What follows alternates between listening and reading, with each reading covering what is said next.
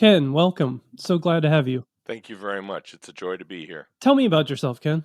I am a 68-year-old trained family physician who spent 25 years in the Army seeing patients and then in some leadership roles, and then 15 years as a civilian family doctor. And during the last few years of that, I also became a tabletop game designer. And that became my full-time calling starting in 2017. Wow, that's quite a transition. How did that happen? Well, when I was 6, my parents bought me a Pressman 52 game chest, Mm, mainly because they thought I was a bright kid and was looking to get into things. And I was fascinated that there were so many different kinds of things that you could call games. mm. And it had lots of bits and bobs and components, and I enjoyed making games out of those components. And from there, I was off to the races, collecting board games and designing them for me and my friends. I dabbled with designing a few games in college at Michigan State. I self-published a game based on the arcane registration system of Michigan State University. Mm. Managed to sell 1,000 copies of that, and just kept toying with it all through my military career. Uh, Sold a few shareware uh, computer games. And then when I found out there was such a thing as Gen Con, because my son was an artist, a graphic artist, he asked me to help him sell at Artist Alley. Oh, And cool. my eyes were opened to the fact that you could actually try to publish games. So I took a baggie full of components around, didn't know what a sell sheet was, didn't know what a pitch meeting was, and just going around and saying, "Hi, I want to play my game." And fortunately, Calliope Games gave me an appointment on Sunday of Gen Con and signed me to a contract, and it went from there. That's cool. What year of Gen Con was that? That was Gen Con 2011. And that game became the Mansky Caper, which was my first published game. I then, from there, met their director of fun, Chris Leader, and we collaborated on a couple of titles, Imagineers and Suro Phoenix Rising, the third in the Suro series, published by Calliope. Then Mm. Chris and I and his friend Kevin Rogers collaborated for Back to the Future Dice Through Time. Ravensburger at that time was putting out feelers. They'd have a certain number of IPs every year, and they'd say, Mhm. if you're interested in making a game of this IP, let us know. And when Back to the Future came up, Chris jumped at it because he's Wow, always been a great fan of that. And so the three of us actually had a working prototype in under a month, won the bid, and produced that game. And now, right now, we have another game that's just launched on Kickstarter 6 days ago, called Flashpoint Legacy of Flame, which is a campaign version of the classic Flashpoint Fire Rescue. very cool. Can you tell me a little bit more about that? Flashpoint is a cooperative game that actually was first released back in the 1960s. Mm. A wonderfully elegant design by Kevin Lansing that captures the feeling of being in a high pressure situation, entering a burning building to rescue victims. And you have a certain number of action points. You go in and you have to choose between using those action points to get to a victim and hit them out, or keeping the fire under control before it damages the building and the whole place comes down around you. Just lots of fun. And it had 7 or 8 uh, expansions came out and quite a big following. And had a wonderful experience with Tricia Sidney, who used to work for Indie Boards and Cards, the publisher of Flashpoint. She's been a Mm. huge fan of it her entire life. And she had called me late one night to ask me some medical questions as a friend because I told her that she could. And we answered her questions and helped her feel better. And then we just got talking about various things. And she said, "Boy, I wish somebody would come up with legacy version of Flashpoint. And I said, let me get back to you on that. I think I could do that. Yeah. So I contacted Chris and Kevin the next day, and said, do you want to do a Flashpoint Legacy? And they said, yes. So we put together a pitch over the course of the next week with demonstrations of what about the first quarter of the game would be like. Pitched it to Indy. They signed us to a contract, and we spent the next 3 years pouring our love into it. We Wow. would meet via Zoom every week, test it out on tabletop simulator that's each week, and put together the whole thing. And they were very pleased with it. Wow. You've had multiple games published. What's some advice for someone hoping to get a game published? Several points. First of all, do it. Okay. Design a game just for the fun of designing a game. Don't get wrapped around the axle of making it pretty, massive graphics or whatever. If it's Sharpies on blank cards that you sleeve with playing cards, that's fine. Sketch it out and play it, and you'll find out what's fun and what's not fun. Um, don't be afraid to share it with your friends. And the more you play it, the faster it gets better. I also advise people to try to get to a protospiel or an unpub as often as they can, where they'll meet other game designers and you learn from each other so immensely well. I Mm-hmm. took Mansky Caper to Protospiel, Michigan, just outside of Ann Arbor, and met some great people: Seth Van Orden, Brett Sobel, Jason Glover, Carl Kletzky, lots of great designers. And they showed me where the rough edges were lying, and I learned from playing their games as well. How far along in the game design process do you need to be to pitch a publisher? Do you need to have like the graphics and everything kind of sorted out? And Not necessarily. You have to have the Mhm. mechanics. Okay. You have to be able to say, this is a game that does this and it's fun for this reason. You have to have a rough idea of how many components you need. You need to know how many players it will play well, what the age range is, how long it will take, and you need to communicate the joy that people are going to have playing that game. Hmm. And that's drawing a illustrated story of why it's a fun game is the key. So if you're a game designer and you don't have an artist or anything lined up yet, is that something a publisher can help with? Oh yes. Oh, that's Yeah. you plan on the publisher spending the money on the art. Don't Okay. buy your own art. Um, use clip art. Um, Huge controversy right now about using AI generated art. For Hmm. concept images, I don't think there's a problem with using AI art as long as you label them as such. Because you need to communicate to the developer, the publisher, what they're going to have to produce. You're communicating a feeling, not necessarily a finished piece of work. Um, the game publisher is looking for a fun experience. Okay. And so if you can communicate that experience, then they are going to make their money turning that experience into something that people will want to take off a shelf. And that's outside of most designers' capabilities to do that. Remember that a designer gets between 5 and 6% of the retail price of the product. The rest goes to the publisher. And so they're going to put the majority of the money into the creation of that game. Is self-publishing a viable option for board game designers? It's a climbable mountain, Hmm. but you better understand that you're going to have to climb a mountain. Sure. Joe Bragg, Meek Heroes Victory, climbed that mountain. Jack Dunbar with the New Kingdom Gardeners climbed that mountain. Um, Andrew Lowen, an incredible amount of work to put into Deliverance.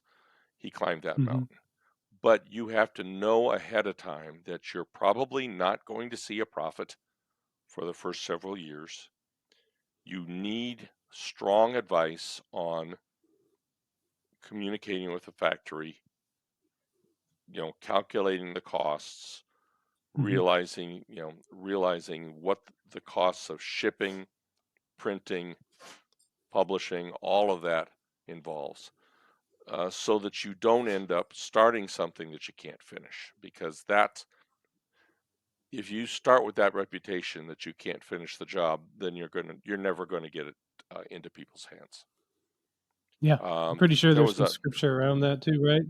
Oh yes, absolutely.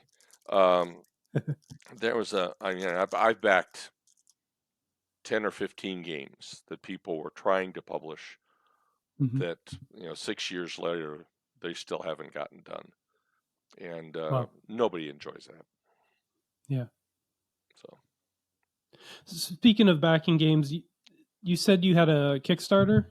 Is this your first one, or have you done that's others? a no. I didn't. Calliope. I'm sorry. Indie Boards and Cards did the Kickstarter for Flashpoint Okay. Legacy of Flame. Yeah, I let the publisher do all of that part. Yeah. Um, all let's see, Flashpoint Legacy of Flame is Kickstarter. Imagineers was a Kickstarter. Um, Mansky Caper, of course, was a Kickstarter. Ravensburger doesn't use Kickstarter because they've got the huge pockets. They just decide we're going to Hmm. make a game and they publish it, and they have the wherewithal and the contracts to go with large print runs and go straight to retail. So it sounds like a lot of the smaller publishers like Kickstarter to help Right. get the game out there. Yeah. Yeah. Well, the production and getting the game from the factory to the warehouse Hmm. is about 12% of the cost of a game. Okay. So if you're going to make a 5,000 print run, okay, if you can get Hmm. 700 people to back the game, you've paid for the costs of the game. Hmm. And then all the sales is recouping your money. Um, and for small publishers, printing 5,000 copies of game and shipping it here from China is, that's a 30 to 40 to $50,000 investment. And not Yeah. a lot of us have that pocket change. I know I don't. Yeah. Mhm. So What is it about game design that's captured you for all these years? I am a disciple of Jesus Christ. Mm. Before I am a game designer, before I am a family physician, before I am a father, before I am a husband, I am a disciple of Jesus Christ. Mm. And every chance I can emulate that, taking a concept and turning it into something tangible that provides love and joy to other people, that's an act of worship for me. Mm. So being able to do that, being given the gifts to do that, and then being given the opportunity to that is immensely satisfying to me. We have game nights at our house every 2 weeks, and have had for decades. And the point of that is to have a table for essentially gaming communion, Mm. to take people who I don't know where they came from, I don't know who they are, but I know I can share joy with them at the table, and inviting them there, sitting down with them, and having a great time. Um, I think that's an act of agape, and Yeah. so that's how I like to spend my life. Mm. And creating new experiences with which to experience that agape is a lot of fun for me. On those game nights, how many of the games that you play are yours versus other people's? Well, I have a collection of over 325 games. Oh wow. Uh, Okay. I I coined the term when I started going to Gen Cons. I coined the term Phil Game Therapist. Hmm. My Yeah. idea is to collect games and then give them to other people, Oh, that's beautiful. so that they have fun playing.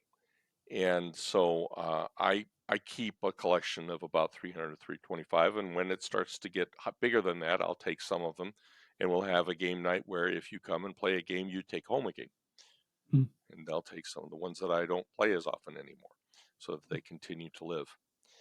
And so it's a joy when somebody requests one of my games. I had Mhm. two new people come to a game night last Saturday, and they said, "Oh yes, we love to play the Mansky Caper." Obviously, that's going to stroke my ego and make my heart go pitter patter. But we didn't play it that night. We didn't play it at Grand Con in Grand Rapids, Michigan. This Labor Day, we'll be having a life-size Mansky Caper, which is a lot of fun. And Oh instead wow. of in the Mansky Caper, you're walking around the rooms of this mansion trying to get your money back from a corrupt gangster. And Mm. in the game, they're 4 by 6 inch cards. In the convention experience, they're 4 by 6 foot wall posters.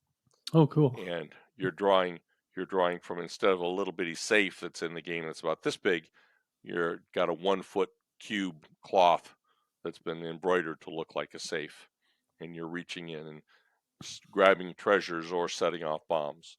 Mm. And that can be a lot of fun because you become your character as you're walking from room to room. That sounds super cool. Wow. What are some games that have been a big hit for game night? Well, it depends. We have a couple Mm. that we've just finished playing Sagrada Artisans with. Had a lot of fun doing that, 4 player, playing the entire campaign through. Two very good friends of mine, one of whom's a game designer, Eric Highland, and another gal named Rebecca Ferns. We played 3 player and went through the entire Deliverance campaign. I go to a group of gentlemen who like to play the medium to heavy games, and I like to play Mosaic or Anachrony, Artemis Project, Keyflower, those heavier things. But when I get new people to game nights, I try to stick to games that are under an hour. Mhm. And those are a lot of Calliope games like that, but we also play Century Spice Road, Splendor. What did we play? We played El Dorado, Quest for El Dorado last week, and played that twice. Had a lot of fun. Again, the idea is to try to make it a new experience every time. Yeah. I really enjoy Lords of Waterdeep. Mhm. Really enjoy Terraforming Mars. We just played that yesterday with my granddaughter and my wife. Had a great time. Won by a tiebreaker. Actually, my wife won by a tiebreaker. She'll be giving me $4. Um, Lords of Waterdeep is a big hit around our place. I mentioned Mosaic, and a recent game that I've really enjoyed is Daybreak. I don't Mm. know if you're familiar with that. The game where you're trying to reverse global warming. I think that's a marvelous. I call it terraforming Earth. Mm. You're trying to save the planet. I've played it twice, and we won once, and we've lost once, and we're hoping to play it tonight, as a matter of fact. So are your game nights like ministry outreach in some respects? Bill Hybels, in his book Becoming a Contagious Christian, Mhm. says the first rule of ministering outreach is thou shalt first barbecue. You make the connection Yeah. and you demonstrate love, and then when people are attracted to that love, then you reveal where your love came from. Yeah. So I tried doing a Bible study before each game night. Complete and utter failure. Hmm. People wanted to know when it was done so they could start playing games. Yeah. But people that I've played games with and become friends with then say, hey, yeah, we're going to have a game night at our church, or we're going to this experience our church here and we're having fun and you're welcome to come along. That's the way to make it work. Mm. So I don't teach scripture at a game night. Now, Mhm. I enjoy playing a Christian themed game, Hmm. like commissioned. I'm really looking forward to getting my copy of Ezra and Nehemiah in the next couple weeks. Um, let's see, Jerusalem Anno Domini is a fun game. And we mentioned Deliverance and Meek Heroes and New Kingdom Gardeners. Do you think you'll ever make a Bible themed game? You kind of, it sounds like your games are all over the place in Oh, terms of, yeah. I'm so glad you asked that question. Um, when I retired from medicine, I try to keep a one word each day, each year about my relationship with Christ. Hmm. And I had the year before I retired was preparation. And then the year after I retired was obedience. And I sat down every morning and I said, all right, Lord, I'm here for you. I'm here to do whatever you want with my life. And after about 3 weeks of that, I was going through my prayer list and I was thinking about conversations for meetings I had coming up regarding games that were in development. And I said, no, no, no, I'm praying right now. So I'll stop thinking about that. And then pray and then go back to it. And after about the third time, I said, I'm sorry, Lord, my head's on that. And what I heard the Spirit says, I'm answering your prayer, silly. Yeah. I made you to design games. Wow. I want you to design games. I said, really? He said, yes. And then it was put on my heart the game he wanted me to design. And it's a game where the score of the game is the number of people whose relationship you improve. Hmm. And that became Candlelight, which was signed by Calliope Games last year and is expected to be published probably in 2025. Cool. And it's a cooperative game with 50 people. Each card is a six-sided card of the people, and you have the picture, and they have a gift of love, support, and insight on two or three of the sides. And when each person is placed on the table, they are they have a burden, which is Hmm. represented by a negative emotion. That's depression or abuse or deceit or something that's caused them pain. And that can be solved by a certain amount of love, insight, and support. So each player has a 3-card hand, and they introduce a player to the community by pointing one of the sides at one of the cards. And if it's a love, then they can mark off with a dry erase marker one of the love symbols on that person's burden. Hmm. Or if it's 2 insight, then they mark off 2 insight. And after that, they roll 2 dice that represent grace or random acts of kindness, and those get marked off. And whenever the group finishes a person's burden, that burden is lifted, and that card has a power up listed on it. It says, when unburdened, it pays it forward in some way. And so you're trying to set up combos that help 3 or 4 people in one turn. And the idea is to relieve all of the burdens of the community before you run out of cards. Hmm. If you do, then you've won. If you haven't, then you don't. And the cards are purposely designed to represent the actual diversity, culturally and identity-wise, of the United States, so that everyone will feel like there's somebody that's like them in this game. Hmm. And that's, candlelight is take your candle, go light your world, from the old Kathy Tricoli's. Don't hide your light under a bushel, set it out and spread your light. It is not explicitly scripturally themed, Hmm. but it is designed to show people the joy of going out and helping others. And I've tested it at a couple of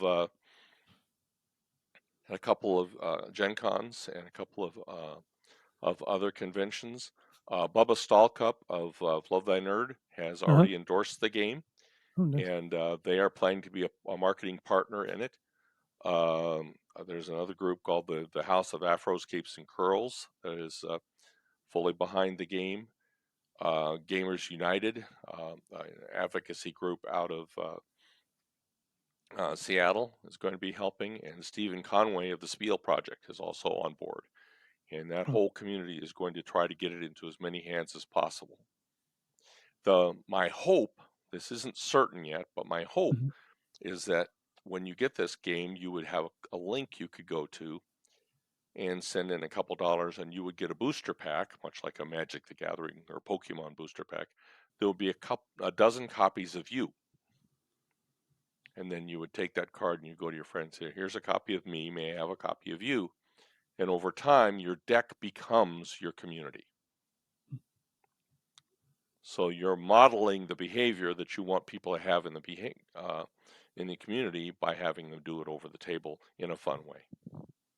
Was your design process any different for this one, or did you feel like you heard more words from God through the process or anything?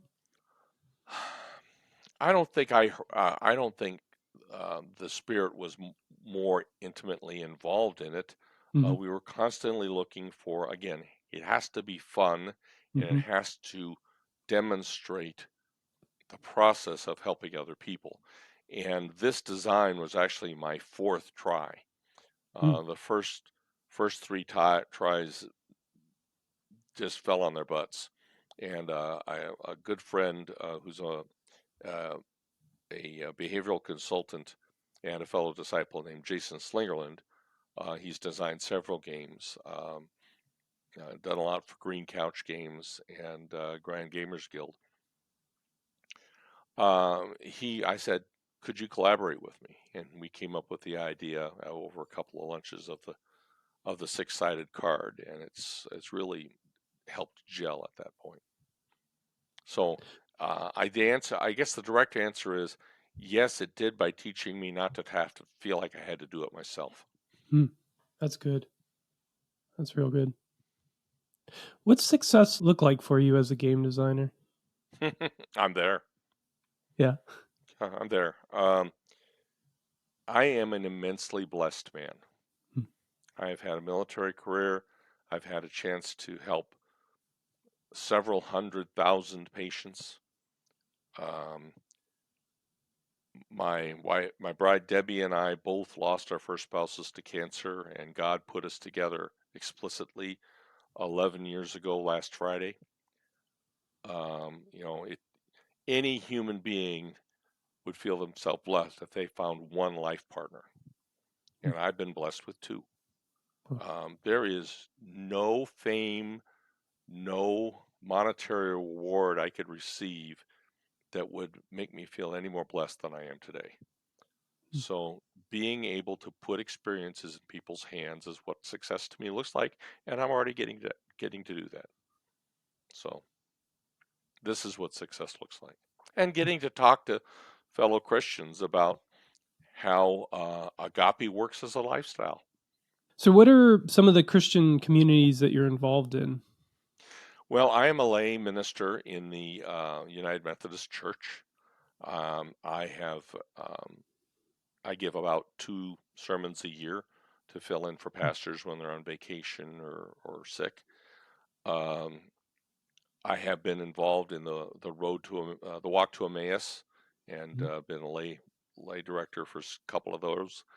I actually wrote a book about 2 or 3 years after I married Debbie.